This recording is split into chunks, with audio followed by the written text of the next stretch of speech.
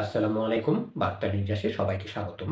পরের বার আরও কঠোর জবাব দেওয়া হবে, ভারতকে হুঁশিয়ারি পাকিস্তানের ফিল্ড মার্শাল অসীম মনির। পাকিস্তানের প্রতিরক্ষা বাহিনীর প্রধান ফিল্ড মার্শাল অসীম মনির ভারতকে সতর্ক করে বলেছেন, ভবিষ্যতে ইসলামাবাদের বিরুদ্ধে কোনো আগ্রাসন চালালে আরও কঠোর জবাব দেওয়া হবে। সোমবার ৮ ডিসেম্বর সশস্ত্র বাহিনীর কর্মকর্তাদের উদ্দেশ্যে দেওয়া ভাষণে তিনি বলেন, ভারতের কোনো বিভ্রান্তি থাকা উচিত নয় যে পাকিস্তানের প্রতিক্রিয়া আরও দ্রুত এবং তীব্র হবে। গত মে মাসে ভারতের সঙ্গে সংক্ষিপ্ত সংঘর্ষে পাকিস্তানি বাহিনী নেতৃত্ব দেন অসীম মনির।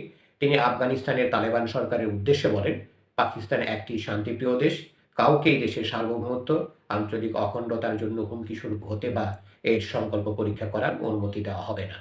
দর্শক, আরও সংবাদ পেতে আমাদের বার্তা নিউজ চ্যানেলটি সাবস্ক্রাইব করে আমাদের সাথেই থাকুন। নবপ্রতিষ্ঠিত প্রতিরক্ষা বাহিনীর সদর দপ্তর সম্পর্কে ফিল্ড মার্শাল অসীম মনির বলেন, ক্রমবর্ধমান এবং পরিবর্তিত হুমকির পরিপ্রেক্ষিতে এটি করা প্রয়োজন। প্রতিরক্ষা বাহিনীর সদর দপ্তর প্রতিষ্ঠা এই পরিবর্তনের দিকে একটি প্রয়োজনীয় পদক্ষেপ।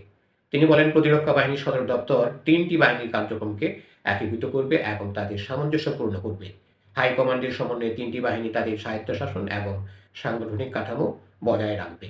ধন্যবাদ সবাইকে এতক্ষণ ধরে আমাদের পাশে থাকার জন্য। আরও সংবাদ পেতে আমাদের বার্তা নিউজ চ্যানেলটি সাবস্ক্রাইব করে আমাদের সাথেই থাকুন।